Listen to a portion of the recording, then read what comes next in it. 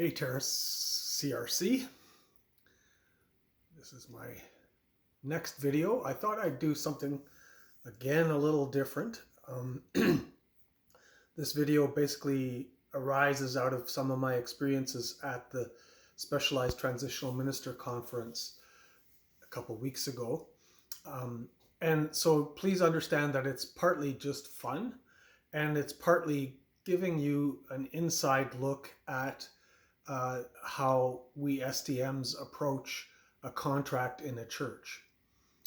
And because especially when we first come to a church, if we're doing a long-term contract, which is usually starts out at a year and a half, sometimes takes 2 years. Some people can do it in one. But the key thing at first is to learn the system of the congregation, to learn how things work, to learn in the way of understanding the healthy parts of the system, but then also the unhealthy parts. And we have things that we look for. One example that I was taught early is there any laughter? So when I arrive in a contract and there is no ability to have any fun, playfulness, that says something about the system. That says something about the tension and anxiety in the system. So I'm gonna be playful here a little bit, and take it from there. The idea of profiling has been popular in TV and movies in the last decade or so, when shows started coming out where there were worldwide or national FBI type teams that would investigate crimes, and then there'd be some usually quite nerdy person who was good at deciding or predicting from some of the things that happened or some of the crimes that were committed and the way they were committed, what the thinking of the criminal was. That's criminal profiling. And I kind of like that idea, and imagine myself at times as sort of a church profiler. In a time when I was unemployed and did not have a church home, I actually was thinking of starting a business of church evaluations. So I began to, on purpose in the Vancouver area, visit various churches and then monitor, profile really the congregation in terms of my experience as a stranger among them.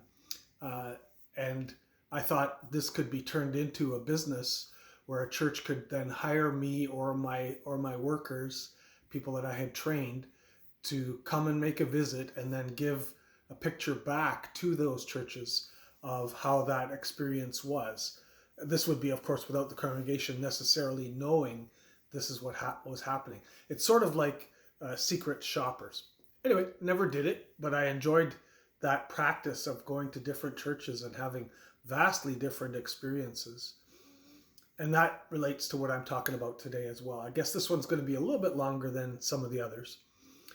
In a contract that I did in a church that people did not seem to recognize was kind of had some big challenges to it in terms of its layout and things like that, its style, its decor.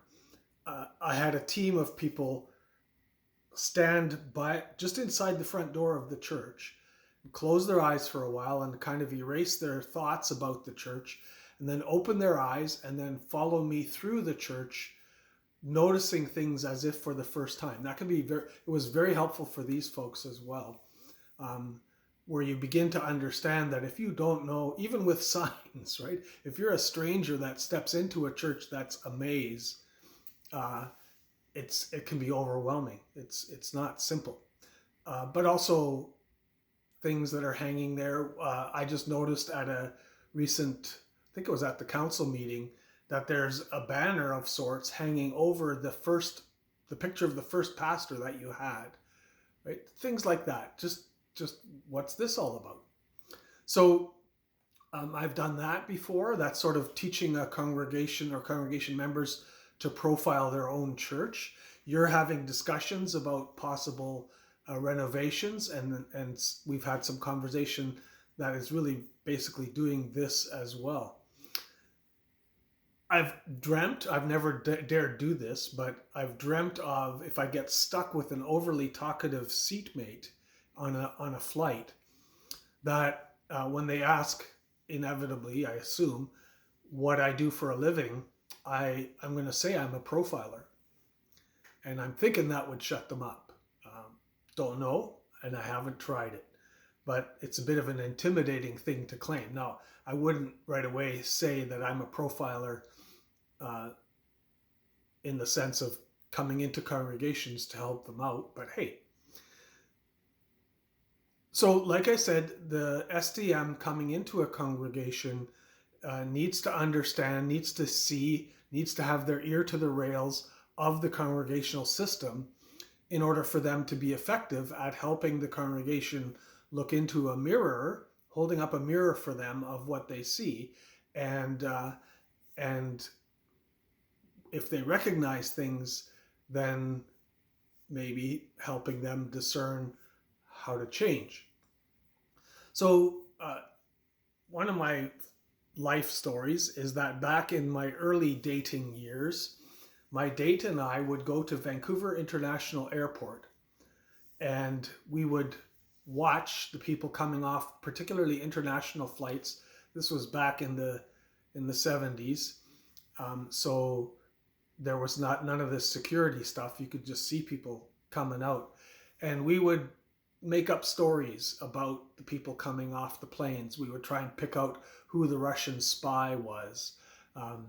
And after a while, we started realizing that we probably could pick out who the Christian Reformed people were coming off the plane. Because there, at that time especially, there were certain indicators. CRC people would never, or Presbyterians maybe, would never wear flashy clothes, would never wear flashy jewelry. And so they had a kind of a subtle way of dressing. And also, their clothing was usually clearly from Kmart. It was not from the high-end fashion stores. So you could pick that out, or at least we believed we could. Those were interesting dates. Some of our friends wouldn't believe that we actually did this, but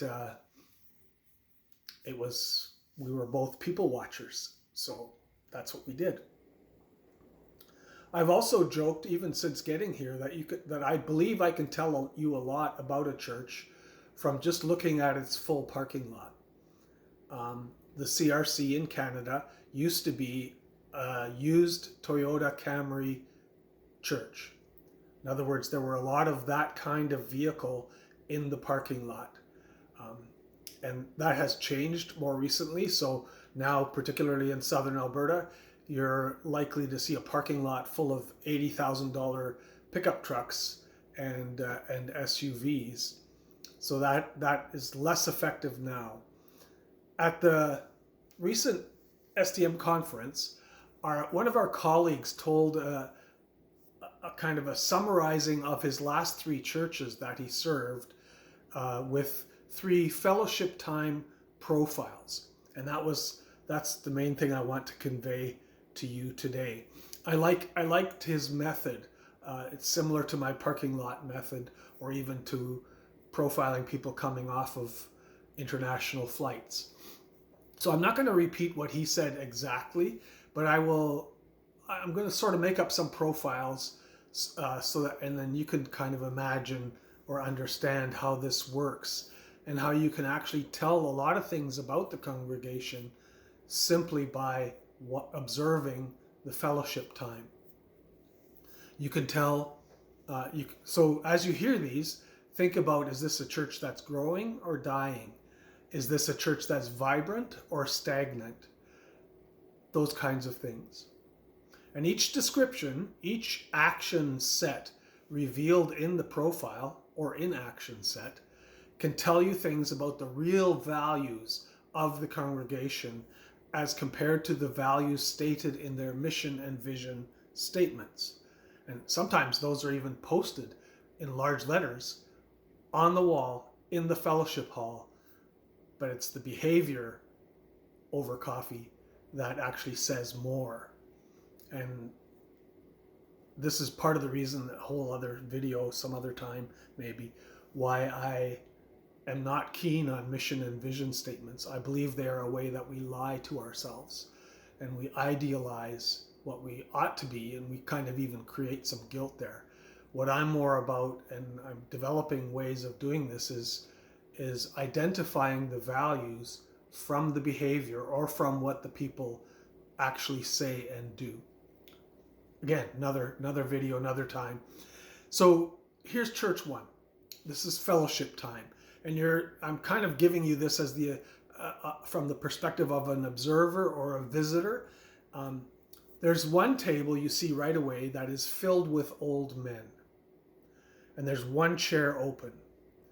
And if you would walk over and ask if you could join them, I don't know if a female would dare, but sometimes a granddaughter might do that. But as a visitor, may I, of a similar age, may I sit here? And they will say, yeah, that's okay, because we know John isn't coming today. Okay. There's another table right next to it filled with older women, the oldest women of the group.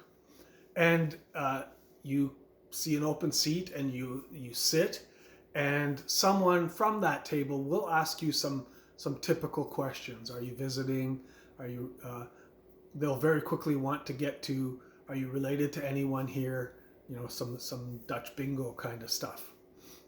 Then there's a table of slightly beyond young couples with school-aged children buzzing to and away from the table like bees. You join that table, and you could tell that the conversation they were having stops and changes gears, but you are acknowledged and some kind of a conversation is started. Then the fourth table is the table of misfits. And I won't describe it. I'm assuming you're going to understand a little bit what that means right away. You sit at that table and no one stirs. You feel accepted. So the table of misfits just sits there quietly. You also notice that a visitor is there and comes and gets a coffee and stands by themselves for a while and then puts the unfinished coffee down and leaves.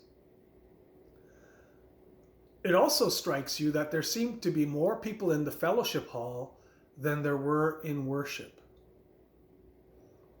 So that's one set of observations of fellowship time at one particular type of church. Is it growing? Is it dying? Is it vibrant? What can you tell from what I've said? Now, here's church number 2. You come into the fellowship area and there's a table with a couple of the oldest men, and some of the oldest ladies are sitting there too. You join them. The interest and interrogation you receive is a bit overwhelming. Like you just wanted to feel like you belonged and that you didn't want to be questioned or interrogated. You see at another table there are 2 young couples with toddler, baby-aged children. There's also at this church a table of misfits, one of whom, when you sit at that table, engages you in telling you about an event they went to that week.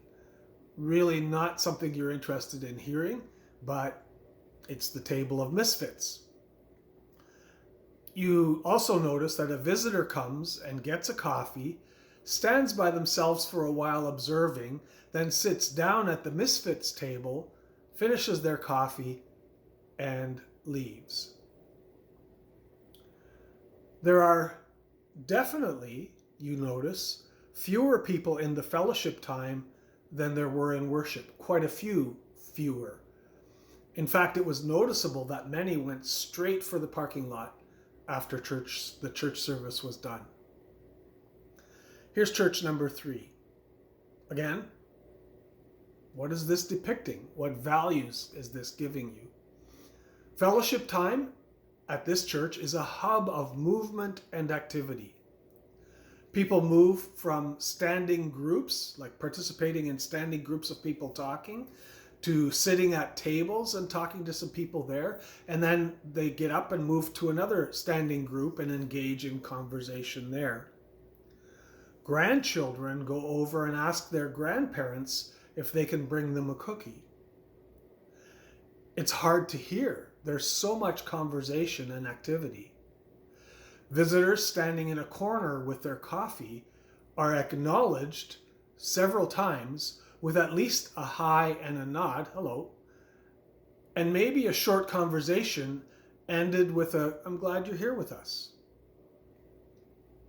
So that's just quick snapshots of 3 different churches and the kind of profiling you could do, and which can be fun if you're a visitor to a church and you don't know anybody there, to just observe these kinds of things. But like I've said a couple times now, they can tell an observant person quite a bit, not very exactly, but quite a bit about a church. Some of my favorite stories are of churches where when people become new members and new attenders, and then they become members, they will talk sometimes about the atmosphere, the feeling they had when they first came into the place, the warmth they sensed, the belonging, or they will use language like that. Do you think they would say that about the first 2 churches? Not likely. So there's my thoughts for this particular week. I'm actually in the Lower Mainland at this time, so I recorded this ahead of time. Thank you for your interest in these videos, and I hope you can catch me the next time I make one.